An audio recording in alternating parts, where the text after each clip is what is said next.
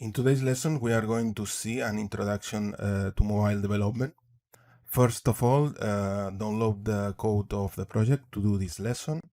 And what we are going to do is that we are going to adapt our project to work in mobile devices, both for smartphone and tablets. And we are going to create another copy of the root project that we will call multiplayer client mobile. Okay, so go to your clients folder and make a copy. In this case, we are going to make a copy of the desktop client because the desktop client doesn't have the Oculus libraries. And this new copy, you are going to rename it to multiplayer client mobile.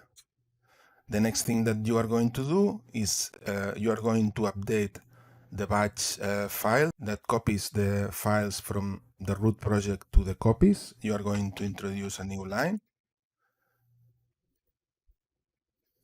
And in this new line, we will copy from the root project to the new copy. Save it. Make a test to make sure that everything is working fine. And we are going to open this new project. And in this new project, we are going to add a new preprocessor constant that would be enable mobile. Okay, so open the project and now switch to the Android platform. Select Android and select platform. After you have switched the platform, now we are going to add the preprocessor constant. Enable mobile. Okay, so go to the player settings and in the section of the scripting define symbols, just add enable mobile. And this is the preprocessor constant that we are going to use to enable or disable the code related with the mobile version. Now, on the base project, since we are going to work with the mobile version, we need to have also the entry in the preprocessor constant enable mobile. So now that we have our framework prepared, we can proceed to download this asset, and this asset contains a HUD for the mobile devices that I have done. So you are going to download it and you are going to import it in the root project. So go to the root project and import it here.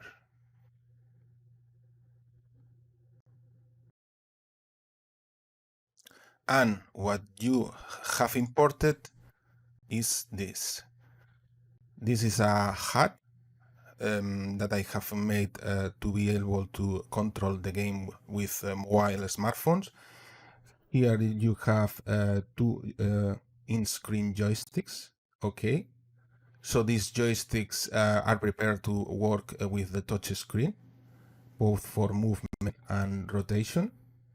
Okay, and here you have several buttons that we are going to use to perform the different actions that are included in the game. That is the action button to shoot, the jump button to jump, the camera button to switch between the different cameras, and the command button just to activate the command mode. Okay. So now you are going to create a new script called Mobile Input Manager in the folder Scripts Controller Input.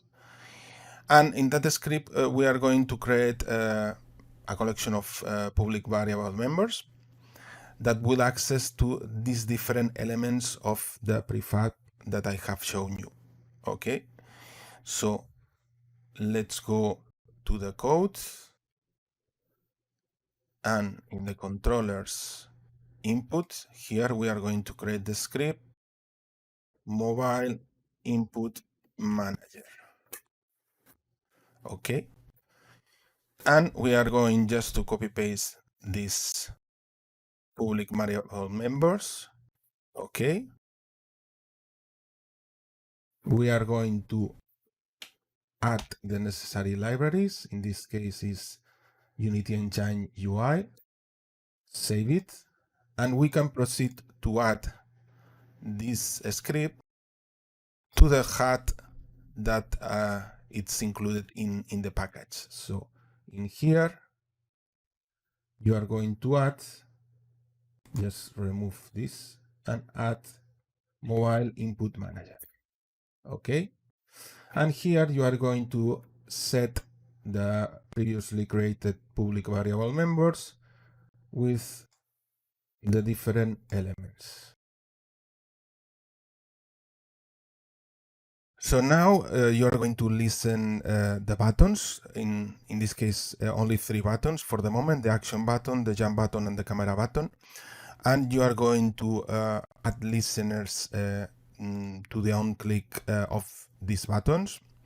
And you are going to implement a callback function that will be performed when it's detected on click. And what you are going to do in these callback functions is that you are going to create delegates, because we are going to use the observer pattern, because someone is going to observe, to listen when the events for the action button, the jump button, and the camera change button even have been dispatched.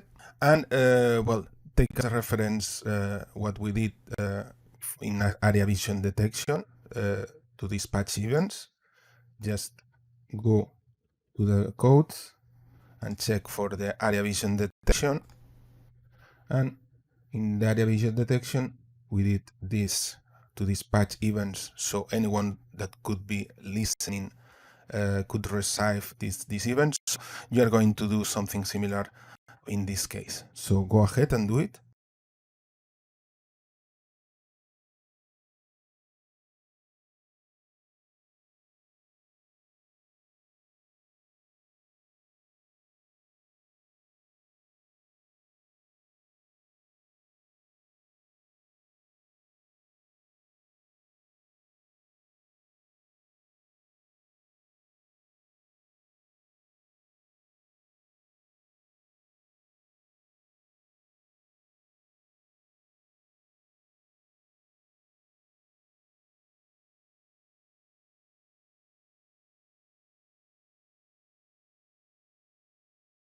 And the result should look similar to this.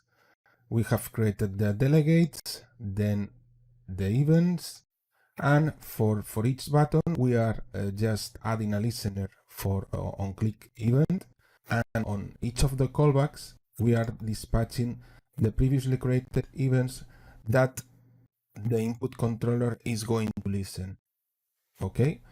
We are trying to apply also a solid principle, the principle of single responsibility, and anything related with the input should be managed inside the input controller. So the input controller is going to be listening to the mobile input manager. So now on the input controller script, on the initialize method, we are going to consider the preprocessor constant enable mobile.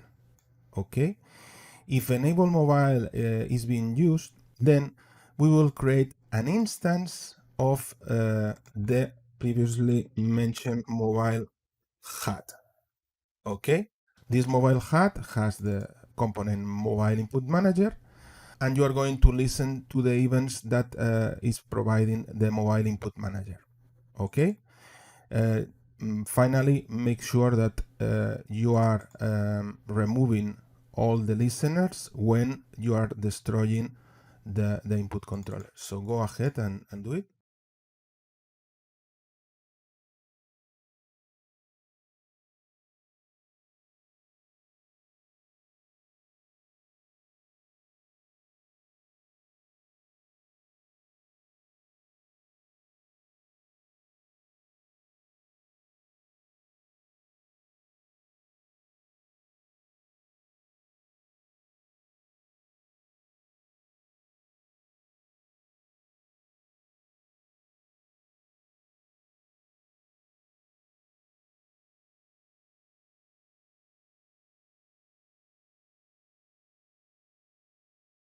and the code should look similar to this.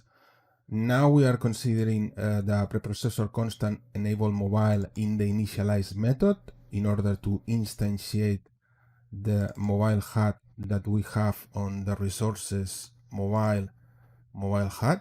Okay, we are instantiating that right here, and from that game object we are retrieving the mobile input manager. Okay, now we can add listeners for the dispatched events. Okay, and we have just created the skeleton for that listeners. Finally, on the straight method, we are just removing the listeners. So now for each of the events we are listening, we will have a Boolean, a private member variable of type Boolean for each of the events that we are listening.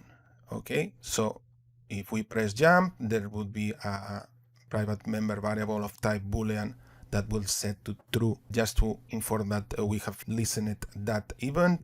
The same for the shoot preset, and the same for when we press the button to switch the camera. And with these three private member booleans, you are going to use them in the methods of shoot preset, camera switch preset, and jump preset in order to tell the system that the user has pressed on that mobile HUD interface. Okay, so you would have to consider that, okay, we are on the mobile configuration with the preprocessor constant, and if we are on the mobile configuration, then we check if the previously created private Boolean members are true, then we will return true and we will reset for the next time. Okay, so go ahead and do it.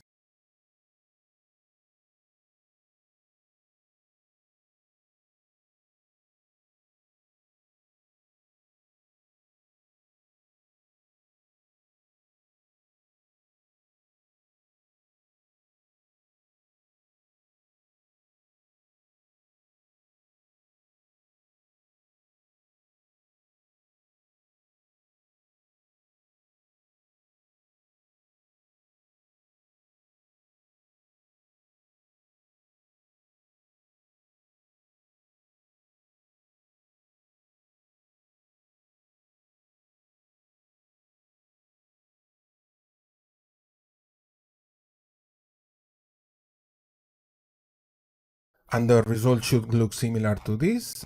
We have created the three private booleans right here that will keep the information about the user pressing the mobile HUD, the mobile buttons of the HUD. And for each one of the three callbacks, when we are detecting the events from the mobile input manager, we are setting that values. Okay, if we press jump, we set this boolean to true, the same for action, and the same for the camera change. Next, on the methods, on the functions jump pressed, shoot pressed, and switched camera pressed, for these three we are checking in what configuration we are. Okay, if we are on enable Oculus, if we are on VR, okay, we are getting that information from the VR input. If we are on mobile, we are checking the previously created boolean, and if this is true, then we'll set to false and we will return true. And we are doing something similar for the shoot pressed and for the camera switch pressed. Okay, so the next thing that we need to do, still in the input controller script, for the method getJoystick, we are going to consider the mobile configuration. We are going to get the information about each joystick. Okay, and for each joystick there is the property horizontal and vertical. Okay, so use this information in order to return the right position of the use for that joystick, for the joystick of movement and for the joystick of the rotation. After that, try to make some cleaning because some functionality maybe can be optimized. So go ahead and do it.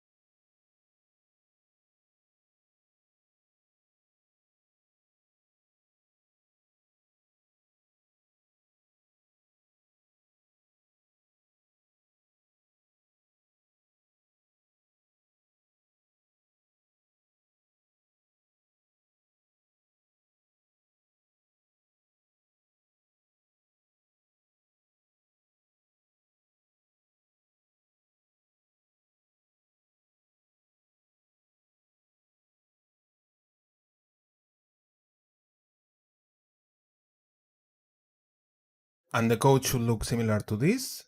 We have started with the get joystick method, and we have considered the configuration for mobile. Okay, we use the preprocessor constant, and for this, when we are working with this preprocessor constant, we are getting the information about the axis, the horizontal axis and the vertical axis from the mobile HAT move joystick.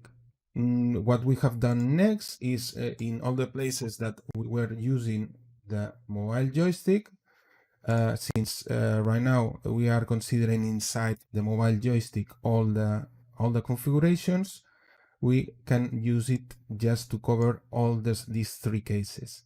If for this method, if any key is being pressed, okay, we just check if the X or Y are different from null. If they are different from null, true. If not, false. The same for the get axis, the movement, get movement joystick. We are getting the information from that three different configurations, and we only need to return the X of the joystick. The same for axis vertical. And the next thing that we have done is just to create the function get rotation joystick. In this function, we are just considering only two configurations. That is the configuration of the mobile and the full configuration that is for the desktop version with the mouse. And in here we are getting the horizontal and vertical values of the rotational joystick. Okay, and for this method we are using it in both get mouse axis horizontal and get mouse axis vertical. Since the mobile HAT is being instantiated just in the initialize method of the input controller, and that is being performed just in the start method of the game controller, we need to hide this game HAT, this mobile game HAT, until we need it. Okay, so the way we are going to do it is that we are going to use our system event controller in order to show this mobile game HAT or hide it. Okay, so what you are going to do is first, on the initialize of the input controller script, you are going to listen to the events of the system event controller. Okay, and after adding the listener, of course, remember always to destroy it, to remove it.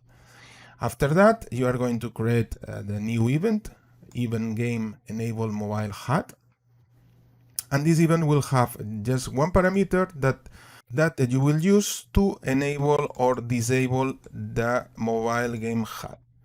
Okay, so once you have the system in place, just find out the places where it needs to be called.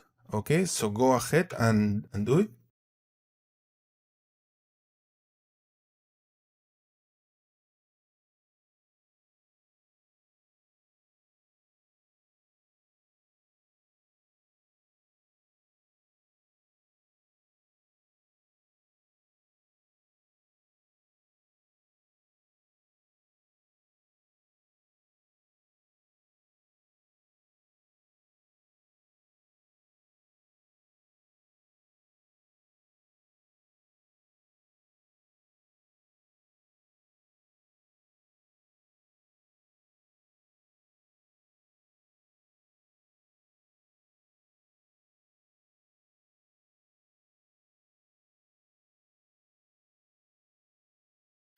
And the result should look similar to this.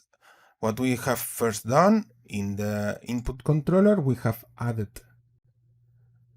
the listener for the system event controller, and here we are checking for the even game enable mobile HAT. Okay, we get the parameter that will tell us if we want it active or not, and then we proceed for the activation. Okay, we can check if this is different from null in order to prevent an error. The next thing that we have done is that, okay, we need to activate it only in the right moment. And what's the right moment? The right moment is when you are changing in the game controller the state in the change state, you are changing it to the state game running. In that particular moment, we are going to activate it. In the other states, it's going always to be disabled.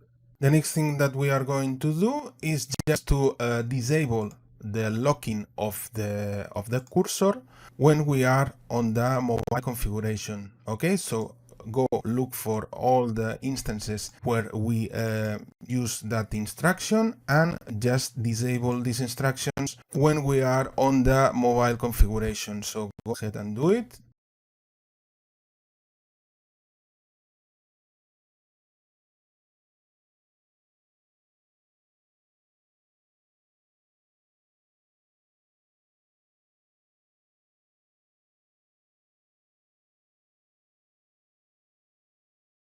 Okay, and the result should look similar to this. For all the places where we were locking the mouse, we just consider that if we are not on the mobile configuration, then this code is enabled.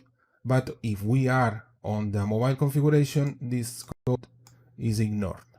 So right now we have two hats running. The previous hat, the hat that we were using on desktop mode, and the new mobile hat. Okay, so what we were interested to do is that to integrate this functionality inside our mobile hat. And once we have integrated that functionality inside our mobile hat, we shouldn't instantiate this hat. Okay, so make the necessary changes in order to do that. That this hat is integrated inside this game object, and all the functionality is working and is there, and prevent from instantiating the previous hat when we are running in the mobile configuration. So go ahead and do it.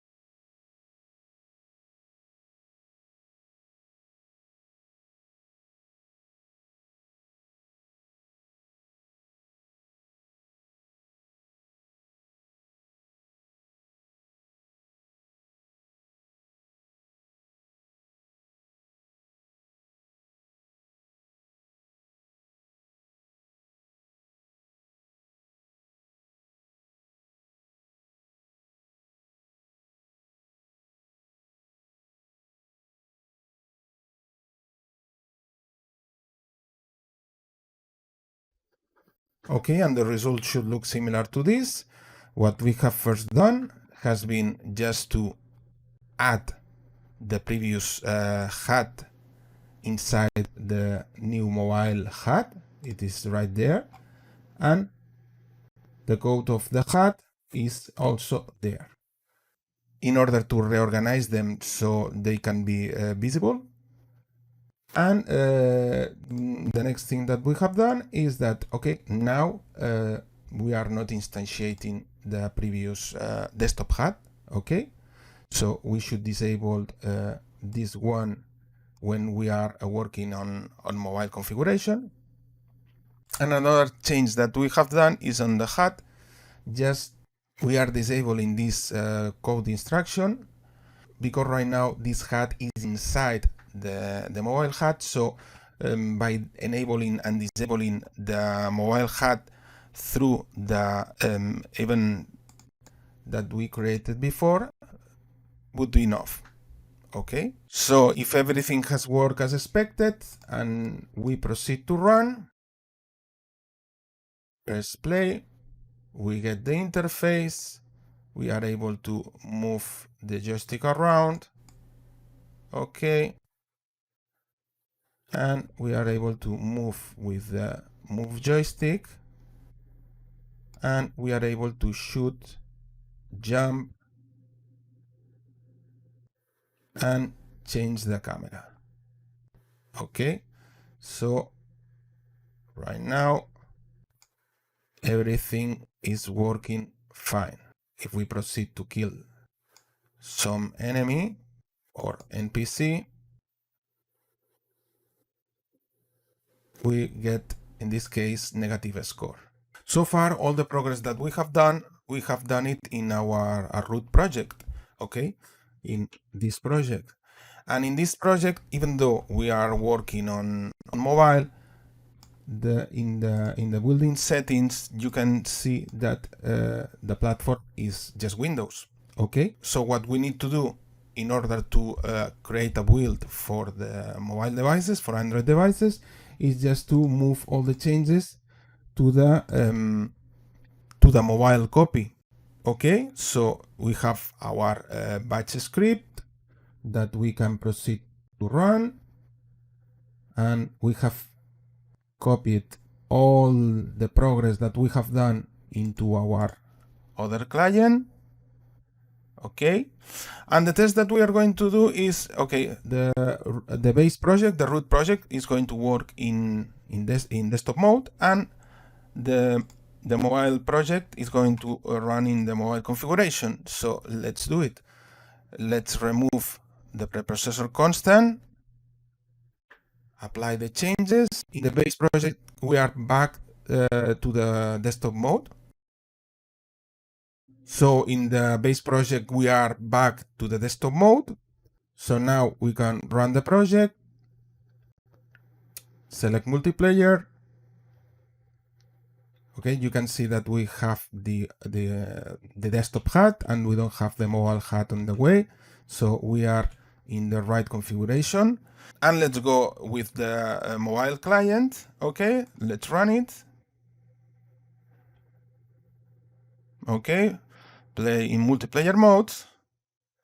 We get the mobile HUD, and let's go closer to the desktop client, and we can rotate through our rotation joystick and move with the movement joystick. We can shoot. Okay, so let's shoot. As you can see, I can shoot. Okay, I can jump.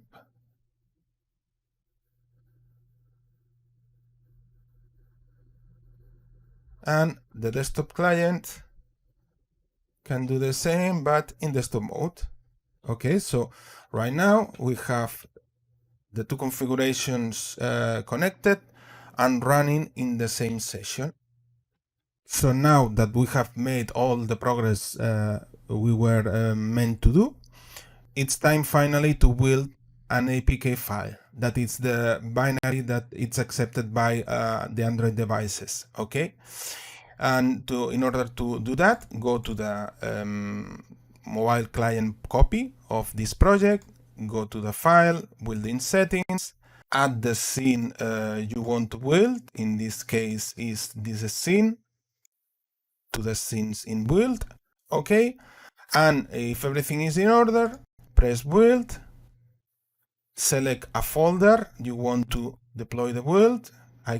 I used to create this one, choose a name, save, and if all the Android built-in settings and Java settings are properly set up, you should get, after a while, a binary that is going to run in your Android device. Once you get the APK file, it's only a matter to install the APK. There are a collection of tools called ADB tools that I use in order to install all these APKs. So what I used to do is just to create a batch process. So install.bat, and first of all, if it's there, I uninstall it. Let me check what name we used for the project is this one. So the idea would be just to rename it any way you want. For example, your VR experience 1 to 7 course. Okay. Back to the batch file. Let's rename this one. The first thing that will happen when you run this batch file would be just to uninstall the previous version and then install the file 1 to 7 course. Okay. I propose you two optional exercises in order to keep improving your skills developing for mobile smartphones. The first one would be an easy exercise that is to modify all the screens to be adaptable for different mobile resolutions. And the other exercise will be a little bit harder, is that implement the mobile HUD in order to work with the interactions required by commander mode. Okay, so feel free to do it. I am going to do it myself. As a word of advice, I recommend you to switch the root project, the base project, to the Android platform, because it doesn't matter in which version the base project is, because as long as you have these different copies, you would be able to work without any issues on your base project and copy the changes on the different copies that are configured to different platforms. So once you have switched the base project to Android, in the Game tab, you would have the option to choose between different resolutions, and that will help you in order to properly work in different resolutions for your screens. Okay, for example, let's choose HD and just drag one of the screens. Let's work with the main menu screen to the scene. Okay, switch to the, and this is how it would look like in this resolution. But you can change the resolution to different ones, from smaller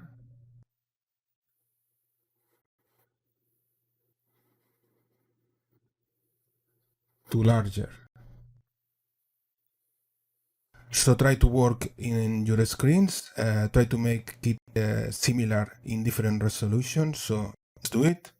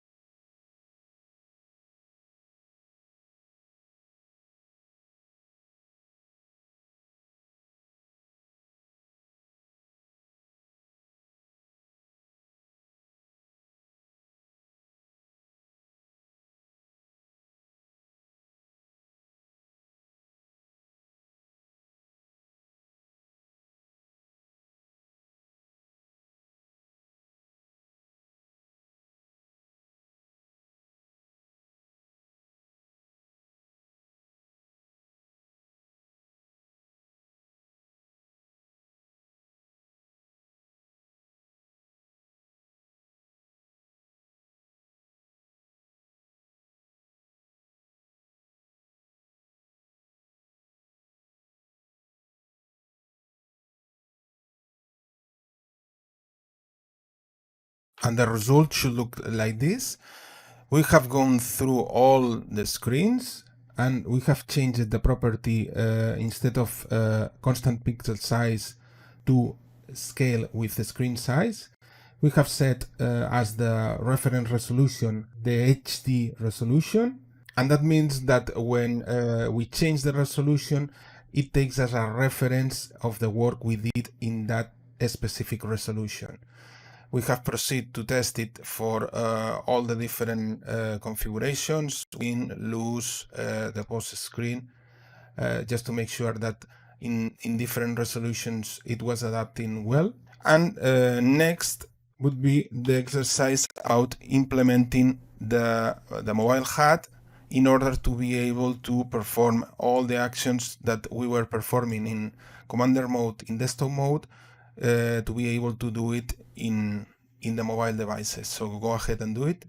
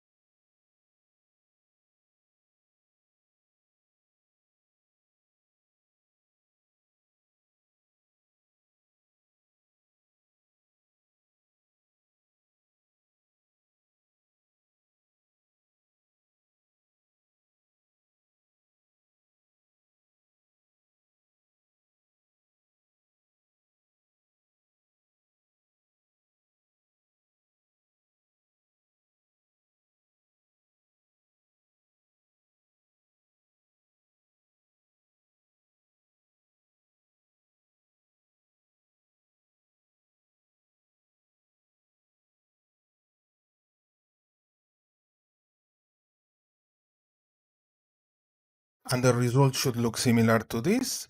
What we have done is to now the mobile input manager inherits from a state machine, so we can use the already implemented functionality that offers a state machine, and we have declared two states, the normal state and the commander state.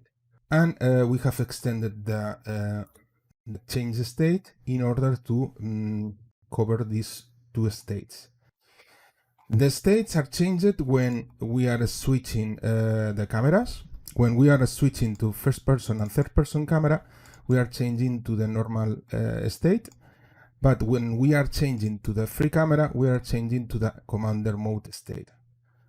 And what happens when we are changing into the commander state is that in the commander state we hide the action button and the jump button. These are the two buttons, okay, because the elements of the interface that are about the commander are just in the same place, so we are hiding them. And after hiding, we are showing the commander button, and the commander button has two states: the state where it will be able to move around with the two joysticks, and the state where the camera will be fixed, and we are just finishing to define our orders for the units. So when we are entering the commander mode state, we just change this property right here, and we dispatch an event that will perform several things. Okay, if we look for all the places where it's being used in the command controller, just to set this Boolean variable that will prevent the system for accepting inputs when we need to move the camera. Okay, we will only accept inputs when the mobile joysticks are not there and we need to do the final instructions. And the other place where the event is processed is on the HUD, just to hide some elements that are also in the way. Okay, if everything is working as expected and we proceed to run, okay, now we can change to the commander. Okay, so now we are able to move the camera around. Okay, and when we got the best angle to give orders, we proceed to press this button. Okay, and now we can proceed to give orders. Okay, so now we can just select a unit, tell it the action that is going to perform, and set a destination point. Okay, we can go back to the commander movement modes, select another angle, and when we are ready to give orders, we press the button, select a unit, and give the orders. For example, attack. And go back to the commander modes, and we can observe. And with this, we have finished this short introduction to mobile development. We have taken advantage of the existing architecture in order to introduce our mobile input manager. This mobile input manager has been handled by the input manager, so it was transparent for the rest of the system where the inputs come from.